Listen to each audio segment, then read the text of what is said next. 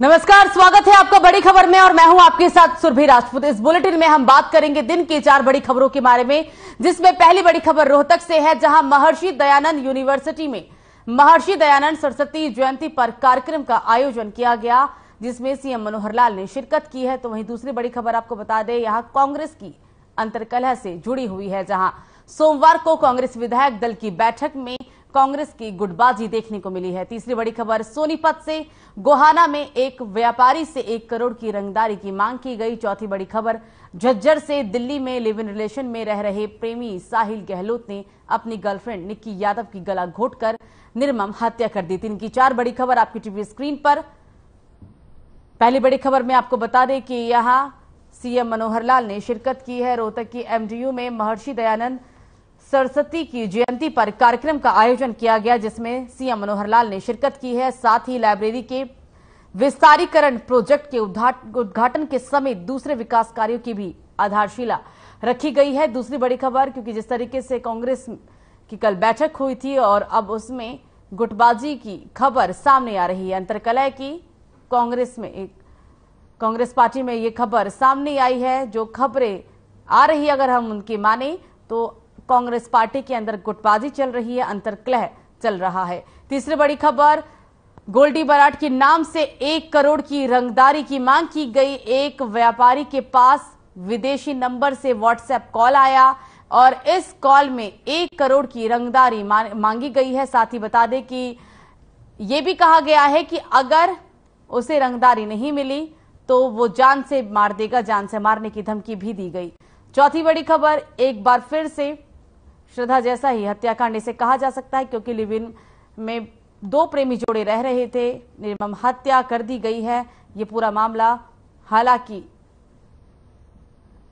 झज्जर से सामने आया है, दिल्ली की तर्ज पे इसे कहा जा सकता है, क्योंकि जिस तरीके से दिल्ली में श्रद्धा को मौत की घाट उतार दिया था, उसके कई टुकड़े किए गए थे और आरोपी को गिरफ्तार कर लिया था। फिलहाल इस केस में युवती की हत्या करने के बाद उसके शव को बेड में रख दिया था। फिलहाल शव को बरामद कर लिया गया है, आरोपी पुलिस की गिरफ्त में है।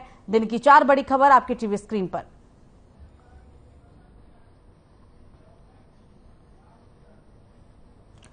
तो रुक करते हैं पहली बड़ी खबर की ओर। रोहतक की महर्षि दयानंद यूनिवर्सिटी में महर्षि दयानंद सरस्वती जयंती पर कार्यक्रम का आयोजन किया गया, जिसमें सीएम मनोहर लाल ने भी शिरकत की। साथ ही गुजरात के राज्यपाल आचार्य देवव्रत भी साथ रहे।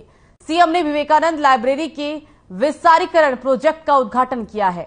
दयानंद सेंटर फॉर वैदिक एंड योगिक स्टडीज के भवन की आधारशिला भी रखी गई है और इसी के साथ यूनिवर्सिटी के पब्लिक हेल्थ साइंस इंस्टीट्यूट की भी आधारशिला रखी गई है। एमडीयू में एक कार्यक्रम का आयोजन किया गया था। हम आपको ये कार्यक्रम के दौरान की तस्वीरें दिखा रहे हैं। हरियाणा के सीएम पहुंचे, सीएम मनोहर लाल ने शिरकत की, उनके साथ राज्यपाल भी दिखाई दिए हैं। साथ ही आपको बता दें कि ये पूरा कार्यक्रम एमडीयू में रखा गया था। रोहतक में कार्यक्रम के दौरान की तस्वीरें आपकी टीवी स्क्रीन पर। साथ में आपको बता दें कि राज्यपाल भी यहां पर मौजूद दिखे हैं और साथ ही इस दौरान सीएम मनोहर लाल ने लाइब्रेरी के विस्तारीकरण प्रोजेक्ट के उद्घाटन समेत दूसरे विकास कार्यों की आधारशिला रखी।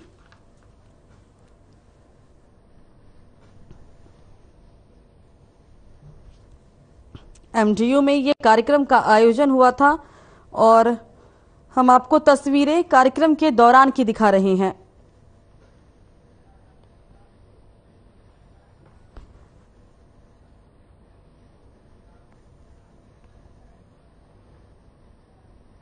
सीएम मनोहर लाल ने इस कार्यक्रम में शिरकत की है। रोहतक में से ये तस्वीरें कार्यक्रम के दौरान की और इस दौरान सीएम ने लाइब्रेरी के विस्तारीकरण प्रोजेक्ट के उद्घाटन के साथ दूसरे विकास कार्यों की भी आधारशिला रखी।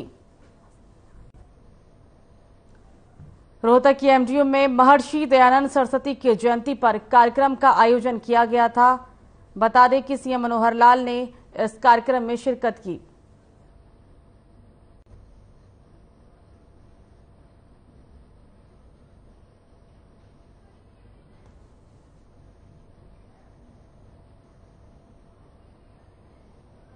लाइब्रेरी के विस्तारीकरण प्रोजेक्ट के उद्घाटन के साथ दूसरे विकास कार्यों की भी आधारशिला रखी गई है। ये कार्यक्रम रोहतक की एमडीयू में रखा गया। महर्षि दयानंद सरस्वती की जयंती पर कार्यक्रम का आयोजन किया गया था। बता दें कि सीएम मनोहर लाल ने इस कार्यक्रम में शिरकत की है और साथ ही लाइब्रेरी के विस्तारीकरण प्रोजेक्ट के उद्घाटन के साथ दूसरे विकास कार्यों की भी आधारशिला रखी गई।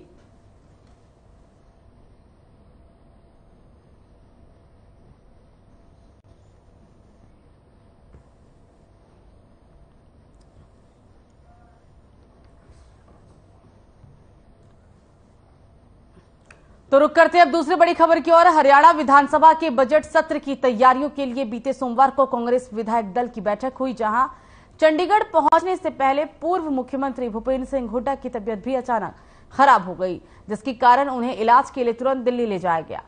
हुड्डा के बीमार हो जाने की वजह से कांग्रेस विधायक दल के उपनेता आफ्ताब अहमद ने कांग्रेस विधायक दल की बैठक को लेकर बजट सत्र की तैयारियों पर चर्चा की है। साथ ही एक तरफ कांग्रेस में गुटबाजी भी देखने को मिल रही है। बता दें कि दूसरी तरफ अब कांग्रेस पार्टी संगठन मजबूत करने की कोशिश कर रहा है, लेकिन देखने वाली बात यह होगी कि बैठक में किरण चौधरी क्यों नहीं पहुंची हैं।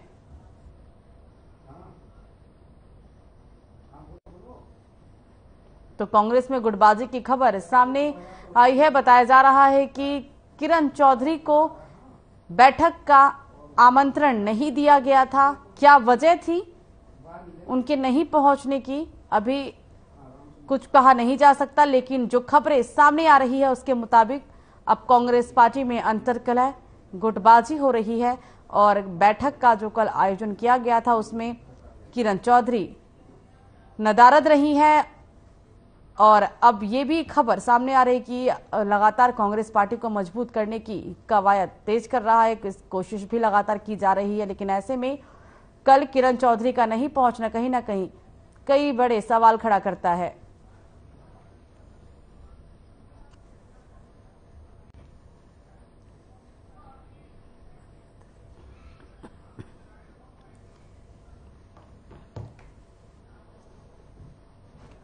और इस खबर पर हमसे बातचीत करने के लिए बीजेपी के प्रवक्ता प्रवीण अत्रे जी जुड़ गए हैं फोन लाइन पे। प्रवीण जी, बहुत बहुत स्वागत है आपका। धन्यवाद जी।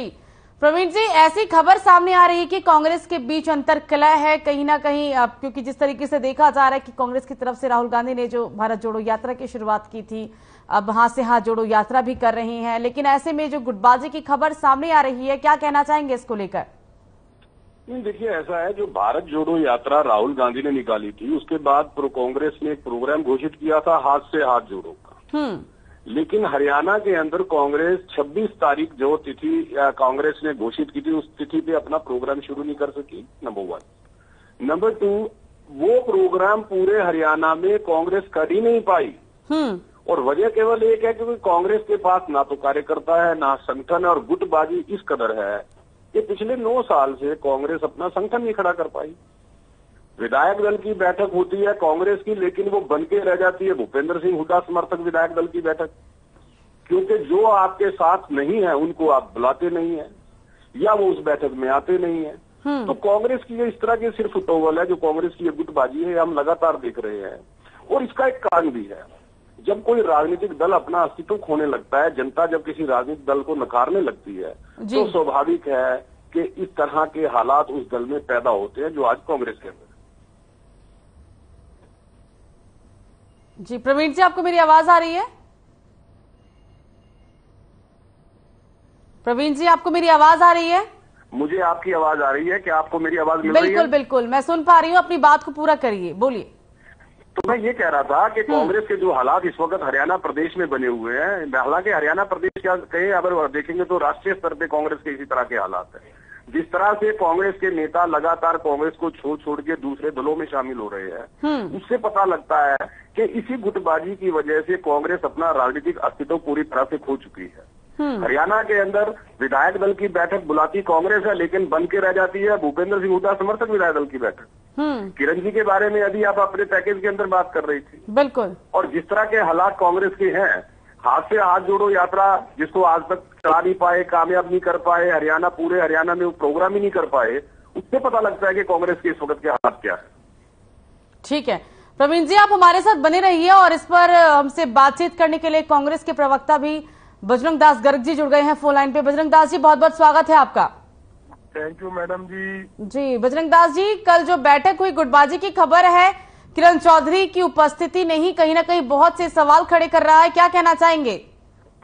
गुटबाजी कांग्रेस में नहीं, गुटबाजी भारतीय जनता पार्टी में है। फूट अगर हरियाणा में सबसे ज्यादा किसी पार्टी में है तो भारतीय जनता पार्टी और जेजेपी पार्टी में है।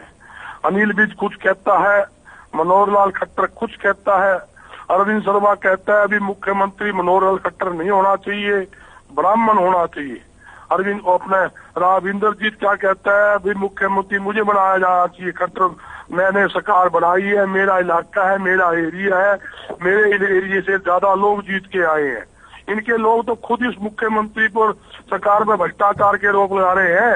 अरविंद शर्मा ने रिटर्न के अंदर करोड़ों रुपए का रोहतक में घोटाला का आरोप कि रिटर्न कंप्लेंट मुख्यमंत्री को दी, रिटर्न कंप्लेंट उसको दी, एसपी को, आज तो कोई कार्रवाई नहीं है। इनका एक ही जो विधायक जेजेपी का है राम कुमार गौतम कह रहा सारी सरकार खाने में जुट रही है, कोई छोटा खोपर कड़ा बड़ा खोपर है, जीवन में ही लाग रहे हैं सारे। और आज आपका जोगीराम जो है बरवाला का विधायक धरने पे बैठा है, उसके तलवंडी के अंदर एयरपोर्ट के लिए वो सारी जमीन खा गए। एयरपोर्ट के आसपास हजारों एकड़ जमीन किसानों की औने पौने दामों में लूट ली, 20-20, 30-30 लाख की खरीद के 5-5, 6-6 करोड़, 10-10 करोड़ में बेच रहे हैं। वो आज भी धरने पे बैठा जाके चेक करवा लो। उसका नरवाना का विधायक की सुन लो, वो खुले आरोप लगा रहे हैं। अरे हक की बात करते हो, एक किरण चौधरी नहीं आई, वो उसने कह दिया था मैं अभी मेरी मजबूरी है, मेरे कार्यक्रम ऑलरेडी बने हुए, मैं बिजी हूँ, मैं इसलिए नहीं आ सकती। हर मीटिंग में वो आती थी, पद यात्रा में थी, भारत जोड़ो यात्रा में थी, भारत जोड़ो यात्रा के अंदर गिर गई थी, चोट भी लगी उसके, तो करनाल हॉस्पिटल दाखिल भी हुई आपके सामने, दिल्ली रेफर भी हुआ। कल तो चौधरी भूपेंद्र सिंह हुड्डा भी नहीं आए, कल तो बजरंग दास जी, आप बोल रहे हैं कि वो किसी और कार्यक्रम में बिजी थे, लेकिन जो उनका कहना है कि उन्हें निमंत्रण नहीं दिया गया, जब किसी तरह का कोई इन्विटेशन ही नहीं तो कैसे पहुंचेगी? अभी आपने बोला कि किसी और कार्यक्रम में बिजी थी इसलिए नहीं पहुंच पाई, और पहुंचे हर कार्यक्रम में जरूरी नहीं है, लेकिन वही किरण चौधरी ये भी तो कह रही है ना कि मुझे कार्यक्रम में बुलाया नहीं गया था। बिल्कुल नहीं कहा, बिल्कुल नहीं कहा। उसने कहा मुझे बुलाया गया, मैं व्यस्त थी और मैंने इसलिए मैंने उनको रिक्वेस्ट करी थी, मैं मेरी मजबूरी में नहीं आ सकती, ना बुलाना सवाल ही नहीं है।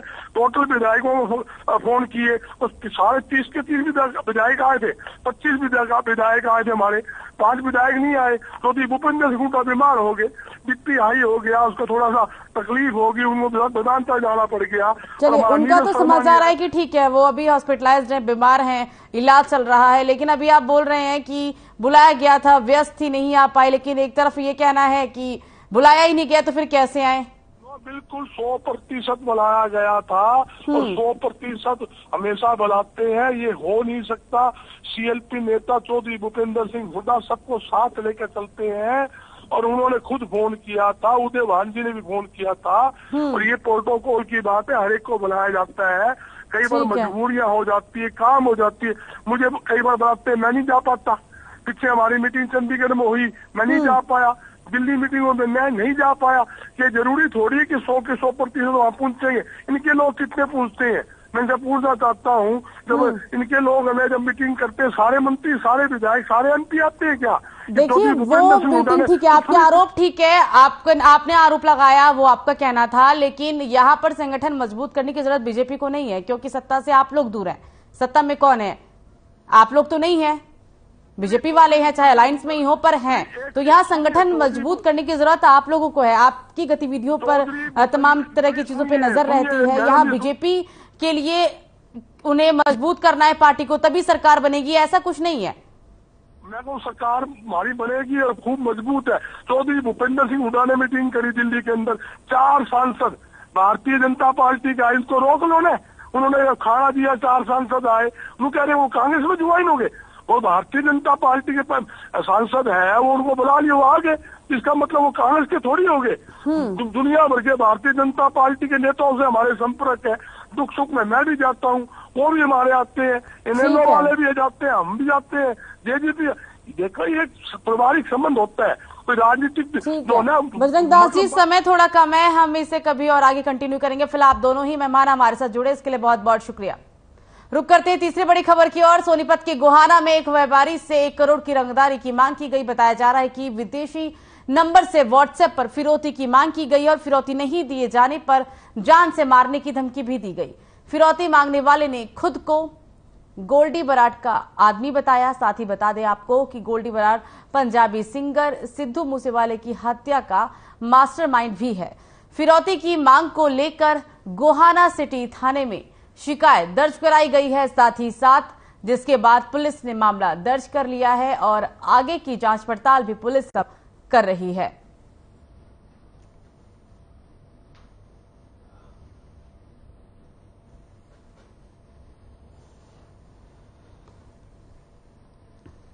हमें जो है कल एक व्यक्ति ने शिकायत दी है कि मुझे जो है गोल्डी बराड़ नाम के किसी आदमी की तरफ से, गोल्डी बराड़ ने नहीं, उसके किसी आदमी ने फोन करके और उसको पैसे की डिमांड की है और ना देने पर गोली मारने की भी धमकी दी है।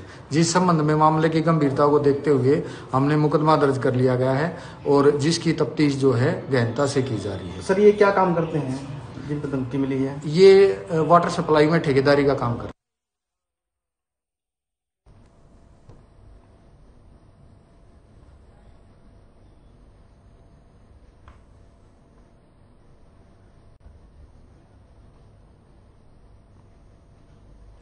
और इस पर बातचीत करने के लिए ग्राउंड जीरो से हमारे साथ संवाददाता लाजपत जुड़ गए हैं। लाजपत, फिलहाल इस खबर को लेकर क्या ताजा अपडेट है? जी बिल्कुल, देखिए गहनता से जांच जरूर शुरू हो चुकी है। टीमें गठित कर दी गई है, हर पहलू पर जाने का प्रयास है, क्योंकि विदेशी कॉल आना और सोशल जो है कि आज जो जमाना है जो कि नेट का इस्तेमाल किया जाता है, तो हर पहलू तक जाने का प्रयास है, क्योंकि एक तो छोटी बात नहीं है। 1 करोड़ जो छोटा अमाउंट नहीं है, काफी बड़ा अमाउंट है। और जिला सोनीपत में लगातार इस तरीके की बदमाशी के जो मामले हैं वो देखने को मिलते हैं, क्योंकि यूपी और दिल्ली नजदीक लगना और सोनीपत जिला जो है नजदीक होना, तो इस तरीके की जो वारदातें हैं जो लगातार देखने को मिलती हैं। लेकिन पुलिस की जो है टीमें गठित कर दी जाती हैं और लगातार अपने पहलू पर जाने का प्रयास जारी होता है। और जो छोटी बात नहीं है, क्योंकि इतने बड़े गैंगस्टर का नाम है जिसने कहीं ना कहीं उसका नाम का इस्तेमाल किया है और साफ कहा है कि जो 1 करोड़ रुपए की जो फिरौती है वो अगर अन्यथा नहीं दी तो उसको गोली से मारने की धमकी भी दी है। जो हमने एसएसओ से बात की है तो एसएसओ ने भी कहा है कि टीमें गठित कर दी गई है, हर पहलू पर जाने का प्रयास जारी है। जी बिल्कुल, गोल्डी बराड़ का इसमें नाम आया, कोई छोटा मोटा नाम नहीं है। टीमें गठन की बात पुलिस अब बात कर रही है, लेकिन जो क्योंकि ये जो नंबर है ये विदेशी नंबर है और व्हाट्सएप कॉल है, क्योंकि मैसेजेस भी हैं, इसको लेकर कोई ताजा अपडेट? जी बिल्कुल, देखिए जो हर पहलू पर जाने का वही प्रयास है। टीमें गठित की गई है और टीमें गठित कर जाने का प्रयास है, क्योंकि ऐसा मामला छोटा नहीं है, क्योंकि काफी बड़ी बात है। व्हाट्सएप कॉल जो है वो सबूत के आधार पर है और जो कॉल आई थी उसकी भी जो कहीं ना कहीं छानबीन जारी है, क्योंकि जो व्हाट्सएप कॉल थी तो उसके भी पहलू पर जाने का प्रयास है। टीमें गठित कर दी गई है। एसएसओ जो हमारी बातचीत हुई थी तो उन्होंने कहा था कि हर पहलू पर जाने का प्रयास जारी है। बिल्कुल, जिस व्यापारी से रंगदारी मांगी गई, इस बीच क्या उनसे आपकी बातचीत हो पाई है? से बातचीत हुई है, व्यापारी भी डरा हुआ है और शर्मा हुआ है। कैमरे के सामने आने से उसने इनकार किया है, लेकिन शिकायत जरूर दी है पुलिस। ठीक है लाजपत, आप हमारे साथ बने रहिए, आपसे आगे भी अपडेट लेंगे। आपको बता दें कि गोल्डी बराड़ के नाम से ये धमकी मिली और साथ ही इस धमकी में ये भी कहा गया कि अगर फिरौती की मांग नहीं दी जाती है तो जान से मार दिया जाएगा। फिलहाल पुलिस पूरे मामले के जांच पड़ताल में जुट गई है, मामले की छानबीन में भी जुटी हुई है, क्योंकि जिस गैंगस्टर का इसमें नाम लिया गया गोल्डी बराड़, वो पंजाबी सिंगर सिद्धू मूसेवाले के हत्याकांड का मास्टरमाइंड है। फिलहाल पुलिस मामले की जांच पड़ताल में जुट गई है। एक व्यापारी से 1 करोड़ की रंगदारी मांगी गई और खास बात आपको यहाँ ये बता दें कि व्यापारी के व्हाट्सएप नंबर पर कॉल आया था, ऑडियो कॉल, और ये नंबर विदेश का है। साथ ही मैसेजेस के जरिए भी व्यापारी को धमकी दी गई। हम आपको मैसेज भी दिखा रहे हैं, ये आप मैसेज में देख सकते हैं कि किस तरीके से धमकी जैसे शब्दों का इस्तेमाल किया गया और जान से मारने की भी धमकी दी गई।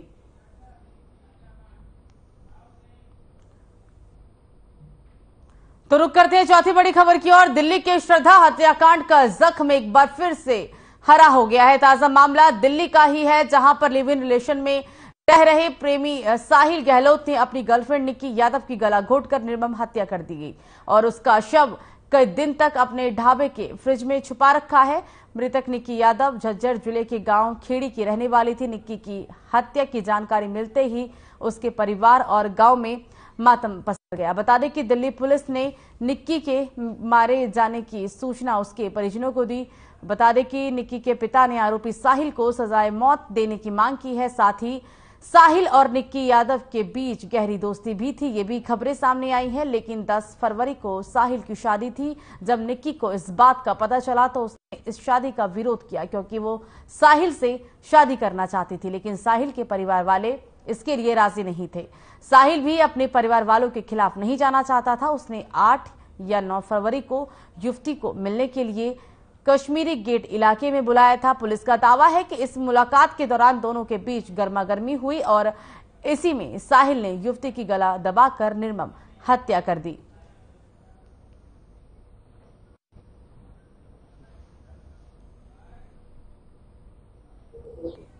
कल हमारे पास पुलिस वालों का फोन आया, तभी पता लगा सुबह।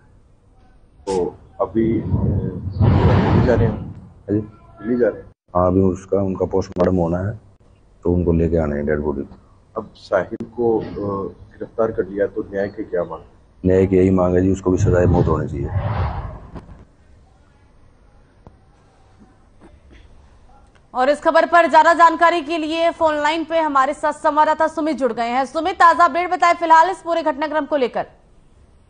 देखिए सुरभि, आपको बता दें कि कल जो दिल्ली में घटना हुई है उसको लेकर दिल्ली के श्रद्धा हत्याकांड का जख्म एक बार फिर से हरा हो गया है। ताजा मामले में भी दिल्ली का ही है, जहां लिविंग इन रिलेशन में रह रही प्रेमी साहिल गहलोत ने अपनी गर्लफ्रेंड निक्की यादव की गला घोंटकर हत्या कर दी और उसके शव को कई दिन अपने ढाबे के फ्रिज में छुपा कर रखा। मृतक निक्की यादव झज्जर जिले के गांव खेड़ी खुमार की है और निक्की यादव की जानकारी मिलते ही उसके परिवार और गांव में मातम सा छा गया। दिल्ली पुलिस ने निक्की के मारे जाने की सूचना परिजनों को भी दी। परिजन सुबह ही निक्की के शव को लेने के लिए दिल्ली रवाना हो गए थे और वहीं निक्की के पिता ने आरोपी साहिल को सजाए मौत देने की मांग की है। निक्की यादव का अंतिम संस्कार आज झज्जर जिले के गांव खेड़ी कुमार में ही होगा, क्योंकि वो झज्जर जिले के गांव खेड़ी कुमार की ही बेटी है। और हम आपको बता दें कि जैसे कि साहिल और निक्की यादव के बीच जो गहरी दोस्ती थी, वो 10 फरवरी को साहिल की शादी हुई थी। जब निक्की को इस बात का पता चला तो इस बात की शादी का विरोध किया, क्योंकि वह साहिल से ही शादी करना चाहती थी। लेकिन साहिल के परिवार वाले इसके लिए नाराजगी थे और साहिल ने अपने परिवार वालों के खिलाफ ही जाना चाहा और उसने 8 या 9 फरवरी को युवती निक्की को कश्मीरी गेट बुलाकर और उसने उसका गला दबाकर हत्या का अंजाम दिया और बाद में वरना गाड़ी में उसके शव को ले जाकर मित्राऊ गांव में उसका ढाबा है और उस ढाबे के फ्रिज में उस शव को रख दिया। फिलहाल जो है पुलिस ने जो मामला दर्ज कर आरोपी के खिलाफ कार्रवाई भी शुरू कर दी है। फिलहाल जो है झज्जर जिले के गांव की ही बेटी है। आज उसके बोर्ड द्वारा जो है पोस्टमार्टम कराकर सौ परिजनों। ठीक है सुमित, तमाम जानकारी साझा करने के लिए बहुत बहुत शुक्रिया आपका। तो दिन की 4 बड़ी खबरों में फिलहाल मुझे दीजिए इजाजत, नमस्कार।